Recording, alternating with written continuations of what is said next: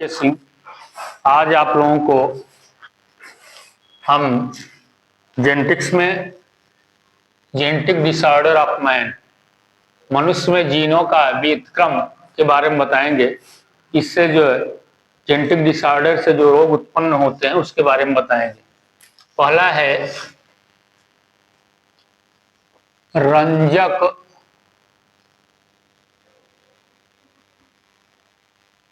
हीनता, इसे कहेंगे एल्बिनिज्म।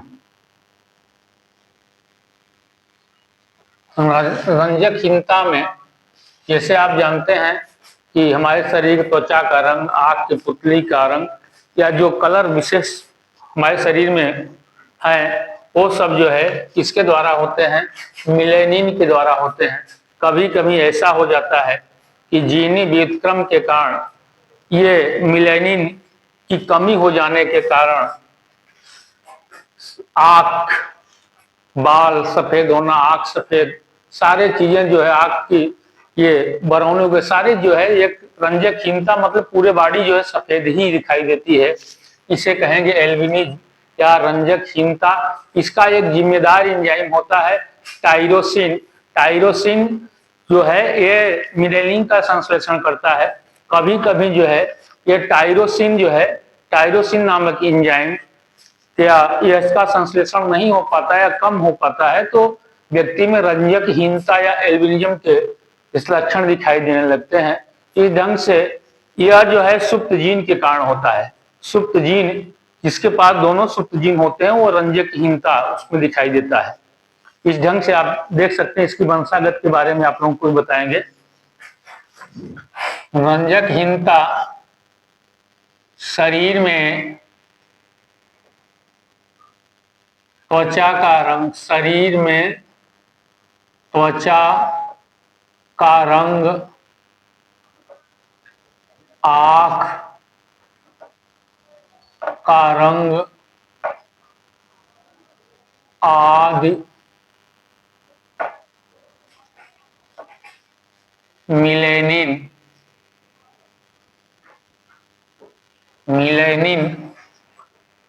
रंगा पदार्थ के कारण होता है।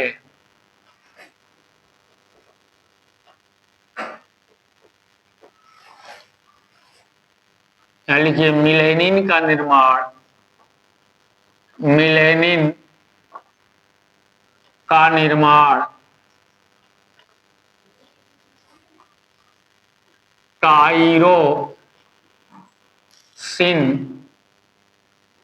टायरोसिनेज कहिए, एंजाइम में सिनेज होता है।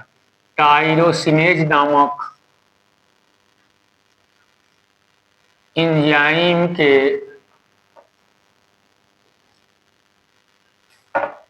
द्वारा होता है।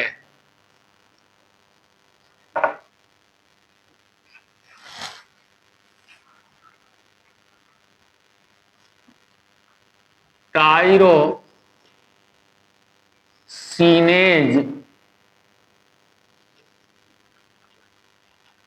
एंजाइम का निर्माण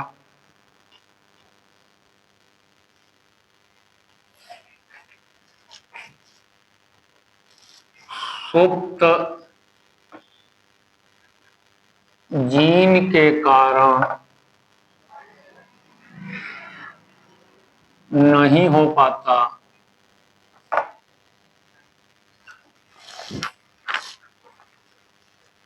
तो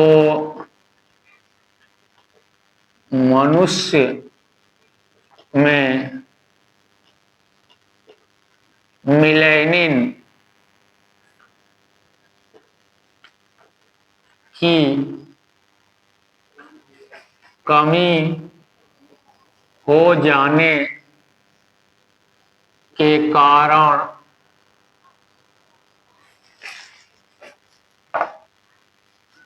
रंजकहीनता या एल्बिनिज्म हो जाता है।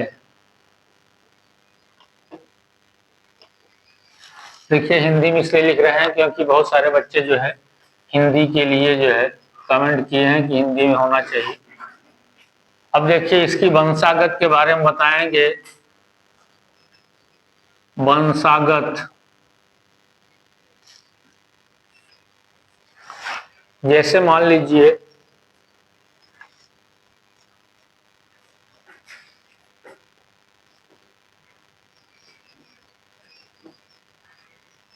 पुरुष जो है, पुरुष में एक प्रबल जीन जो है ये है, तो यह जो है यह रंजकहीन नहीं है, इसमें मिलेनिन पाया जाता है क्योंकि यह प्रभावी जीन है और यह हमेशा सुप्त जीन रहेगा तभी जो है रंजकहीनता होगी।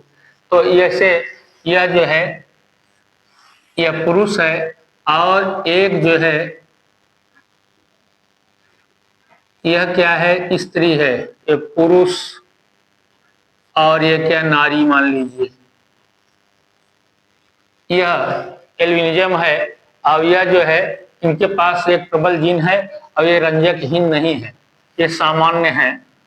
सामान्य ही आप कह सकते हैं इसको, सामान्य है।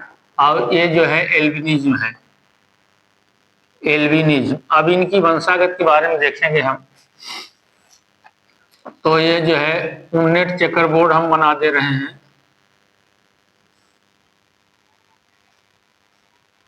चेक कर ले रहे हैं इसके द्वारा। तो ये मान लीजिए पुरुष है, ये क्या है, स्त्री। अब ए कैपिटल ए, स्मॉल ए और ए। आप देखते हैं कि जो होने वाली संतान होगी ये क्या होगी, रंजकहीनता, रंजकहीन होगी। और ये क्या होंगे, ये सामान्य होंगे।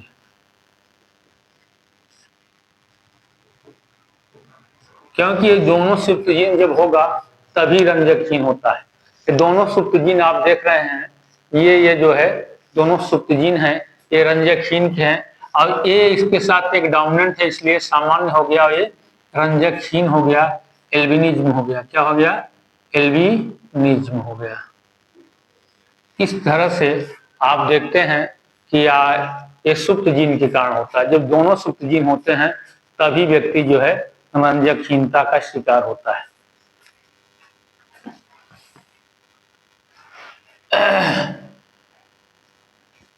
यह तो हो गया एल्बिनिज्म, रंजकहीनता। अब अगला डिसऑर्डर है, अगला डिसऑर्डर है। अब आप लोगों को अगला डिसऑर्डर बता रहे हैं। अब जो है आप लोगों को एल्किप्टन्यूरिया के बारे में बताएंगे। दूसरा जो है जेनेटिक डिसऑर्डर है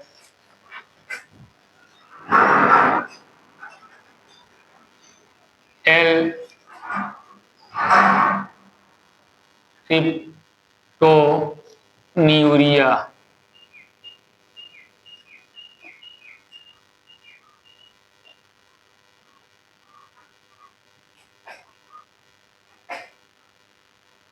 क्रिप्टोन्यूरिया, यह क्रिप्टोन्यूरिया होता क्या है, यह भी जेनेटिक डिसऑर्डर है। ये इसमें होता है फिनाइल एलानिन और टायरोसिन, टायरोसिन के उपापचय के पश्चात जो है ये हीमोजेस्टिन नामक अम्ल बनता है और इसका पूर्ण उपापचय हो जाता है। और जिसमें इसका पूर्ण उपापचय नहीं होता है, यह हीमोजेस्टिन नामक अम्ल जो है ये जोड़ों में जमा हो जाता है, जिसके द्वारा जो है गठिया रोग हो जाता है। उसके बाद जो है मूत्र के माध्यम से यह बाहर निकलता है और इसके द्वारा मूत्र जो है हवा लगने पर मूत्र का रंग जो है काला हो जाता है। इसे यह एल्केप्टोन्यूरिया है, यह भी जो है जेनेटिक डिसऑर्डर है और यह भी सुप्त जीन के द्वारा होता है। देखिए इसमें होता क्या है,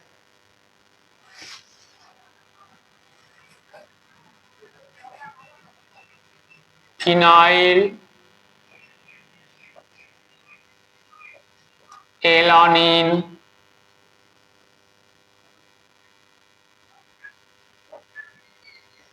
टायरोसिन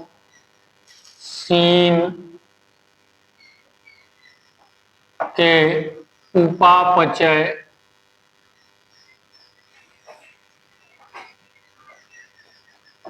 के पश्चात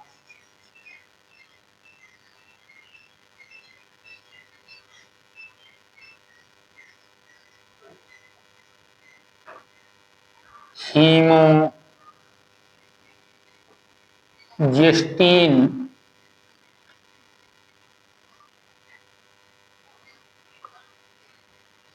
अम्ल का उपापचय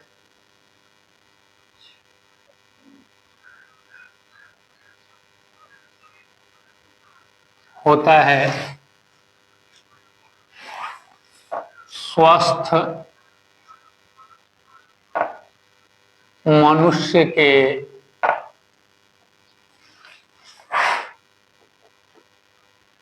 शरीर में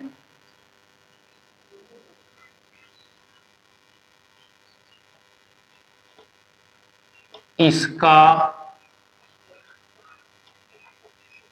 विखंडन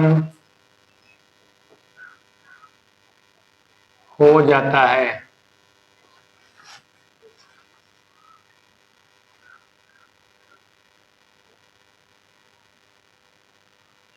जब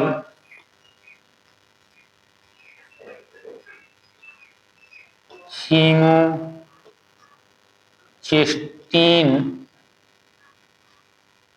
अम्ल का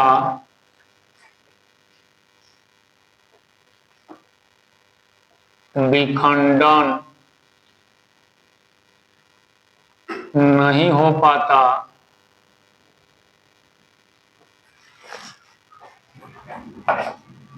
तो शरीर के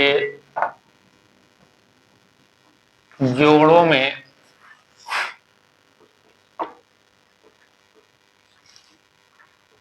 जमा हो जाता है,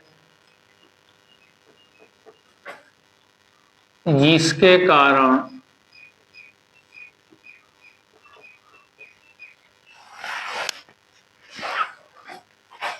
व्यक्ति में गठिया रोग हो जाता है।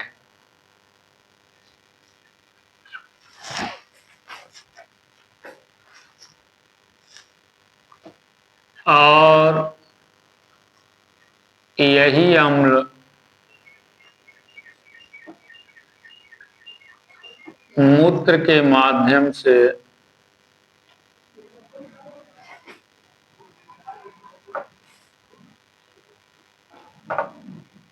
बाहर निकलता है। मूत्र का रंग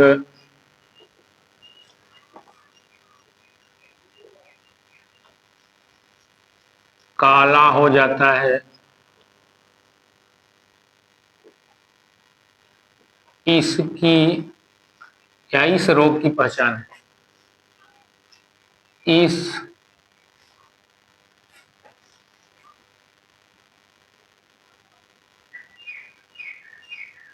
रोग का पहचान है। मूत्र का रंग काला हो जाता है। हीमोजेस्टीन अम्ल का उपापचय स्वस्थ मनुष्य में होता है, लेकिन हीमोजेस्टीन का उपापचय का विखंडन नहीं हो पाता।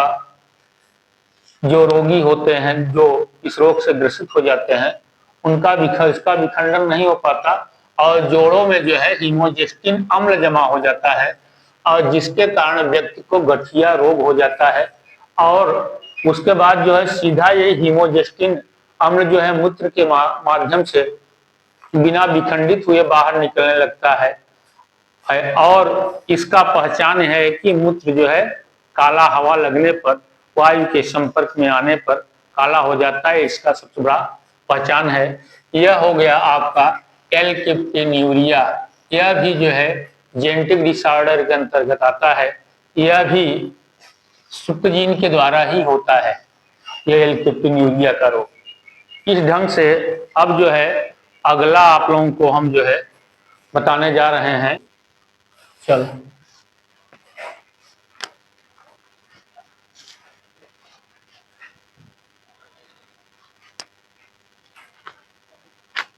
अब जो है अगला है हाशियाकार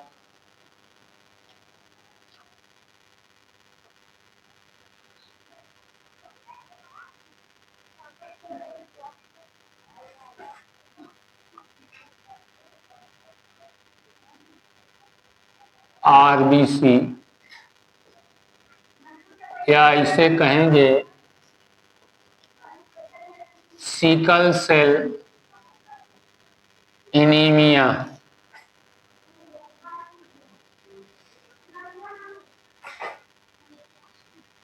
इसको समझ लीजिए।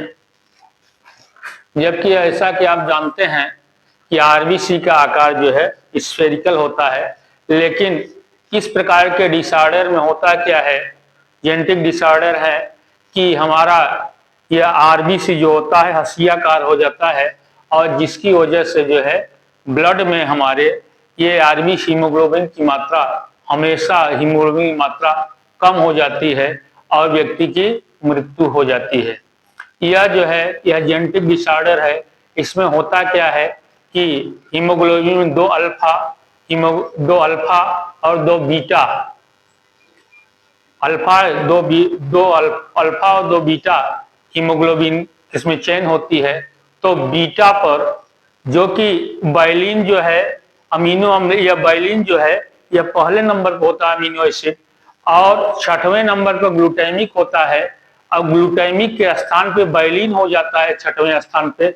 इस ढंग से जो है इसके डिसऑर्डर से यह हमारे यह ब्लड जो स्फेरिकल होता है आरबीसी, वह जो है हसियाकार हो जाता है, और उसमें जो है हीमोग्लोबिन की कमी हो, हीमोग्लोबिन की मात्रा कम हो जाने से व्यक्ति की मृत्यु हो जाती है। इसलिए हीमोग्लोबिन ए और हीमोग्लोबिन एस, होता क्या है हीमोग्लोबिन ए पर यस अप्रभावी इनकम्प्लीट डोमिनेंस होता है। यस जो होता है इनकम्प्लीट डोमिनेंस हो जाता है। इस ढंग से जो है हम देखते हैं यह भी जो है रिसेसिव डिसऑर्डर है। यह भी सुप्त जीन के डिसऑर्डर के द्वारा होता है, सिकल सेल एनीमिया। इसके बारे में हम आपको बता रहे हैं और इसकी वंशागत के बारे में भी आप लोगों को बताएंगे। देखिए, सामान्य मनुष्य का आरबीसी गोलाकार होता है,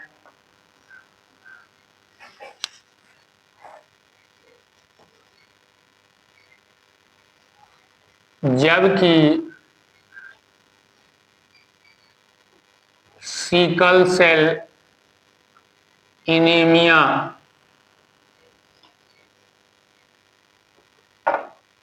के रोगी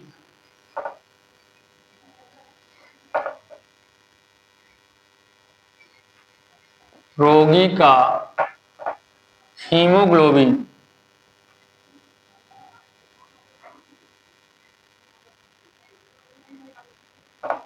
हीमोग्लोबिन हसियाकार हो जाता है, हसियाकार हो जाता है। रक्त में हीमोग्लोबिन की कमी हो जाने से मृत्यु हो जाती है।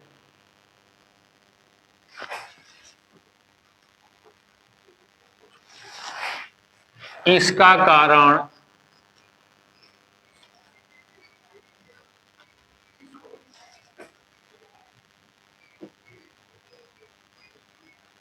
हीमोग्लोबिन में 2 अल्फा तथा 2 बीटा चेन होते हैं। अब देखिए 2 बीटा चेन और 2 अल्फा चेन। तो बीटा चेन में क्या होता है, वायलिन जो होता है, वायलिन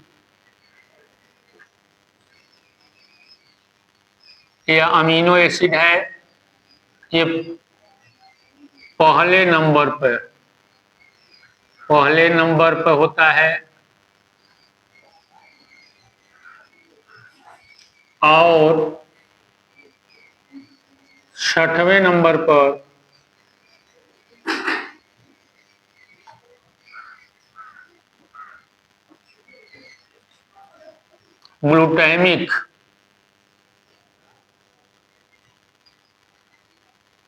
ग्लूटामिक अमीनो एसिड होता है। अब जब ये डिसऑर्डर होता है तो होता क्या है कि वायलिन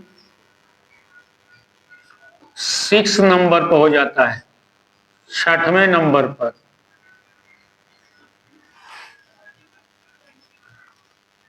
ग्लूटामिक एसिड के स्थान पर, ग्लूटामिक एसिड के स्थान पर।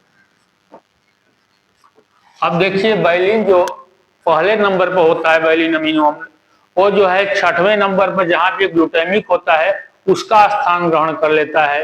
इस ढंग से जो है यह 6वें स्थान पे हो जाने के कारण यह जो है सिकल सेल एनीमिया हो जाता है। यह रिसेसिव डिसऑर्डर है। होता है क्या, स्थान पर हो जाने पर सिकल सेल एनीमिया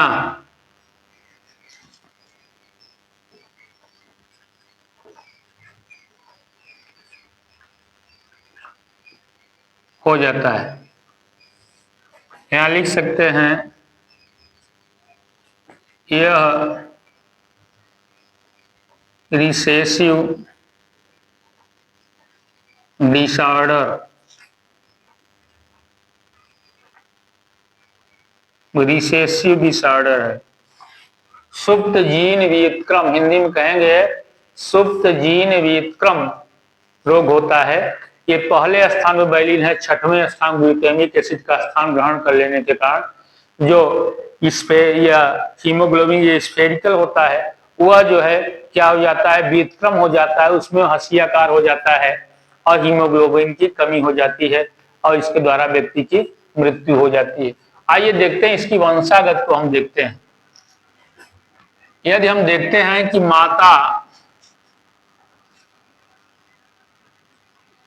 जैसे हीमोग्लोबिन ए, हीमोग्लोबिन बी, तो यहां देख सकते हैं, पर लिख लीजिए हीमोग्लोबिन ए और हीमोग्लोबिन यस होता है। यह जो है यह यस क्या होता है, इनकम्प्लीट डोमिनेंस हो जाता है यस ए के साथ। यह हीमोग्लोबिन ए क्या है, यह हीमोग्लोबिन जो है ए सामान्य रुधिर में होता है, जबकि यस जो होता है, हीमोग्लोबिन यस जो हो जाता है, यह वायलिन के स्थान, वायलिन 6वें स्थान पर जब चला जाता है तो हीमोग्लोबिन यस हो जाता है। यस क्या हो जाता है, यस एक इनकम्प्लीट डोमिनेंस हो जाता है। इस ढंग से हम देखते हैं, यदि माँ जो है, यदि कोई मान लीजिए माँ है, माँ उसकी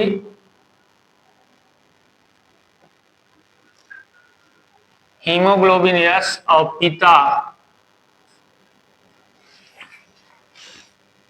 पिता भी जो है यही है, माता पिता दोनों जो है संकर है, हाइब्रिड है।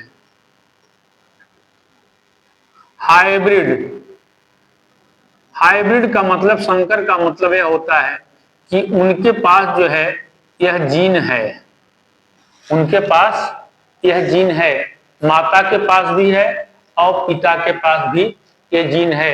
दोनों के पास मान लीजिए जीन है, तो होने वाले संतान जो होगी, तो हम जो है एपोनेट चेकरबोर्ड के माध्यम से देख सकते हैं क्या कंडीशन आएगा।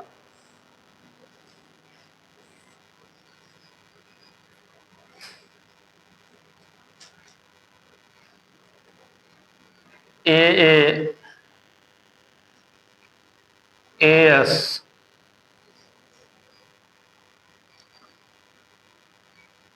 S yes yes. अब देखिए ये वाला जो है ये क्या है, सिकल सेल एनीमिया का रोगी है और यह क्या है, सामान्य है। आप देख सकते हैं कि यह क्या है, यह हीमोग्लोबिन ए वाला जो है यह सामान्य रहेगा। क्या रहेगा, सामान्य रहेगा जो ए है। और यह जो है, यह मान लीजिए यह इसके पास जो है एक यस का जीन है जरूर, लेकिन पूर्ण रूप से सिकल सेल एनीमिया का रोगी नहीं है। यह ऐसा होगा कि कभी कभी ऐसा होता है कि यह पूर्ण रूप से हंसियाकार न होकर थोड़ा ही हंसियाकार हो जाता है। तो यदि यह काम वगैरह न करे मेहनत वाला, तो यह अपनी जिंदगी जी सकता है। यह जो है यह एक तरीके सामान्य है और इसके पास जो है इस प्रकार का जीन है। यह क्या है, हाइब्रिड है। क्या है, हाइब्रिड है। ये अपना जीवन जी सकते हैं। जैसे आप देखते हैं ये हाइब्रिड है, माता भी हाइब्रिड है, पिता भी। तो इसमें जो दो संतानें होंगी उसमें से दोनों दो ऐसी होंगी जो कि अगर काम अधिक मेहनत वाला न दिया जाए उनको, तो अपना धीरे धीरे लाइफ अपना जी सकती हैं। लेकिन इसमें से जो यस है यह पूर्ण जो है सिकल सेल एनीमिया के रोगी होंगे। Sickle cell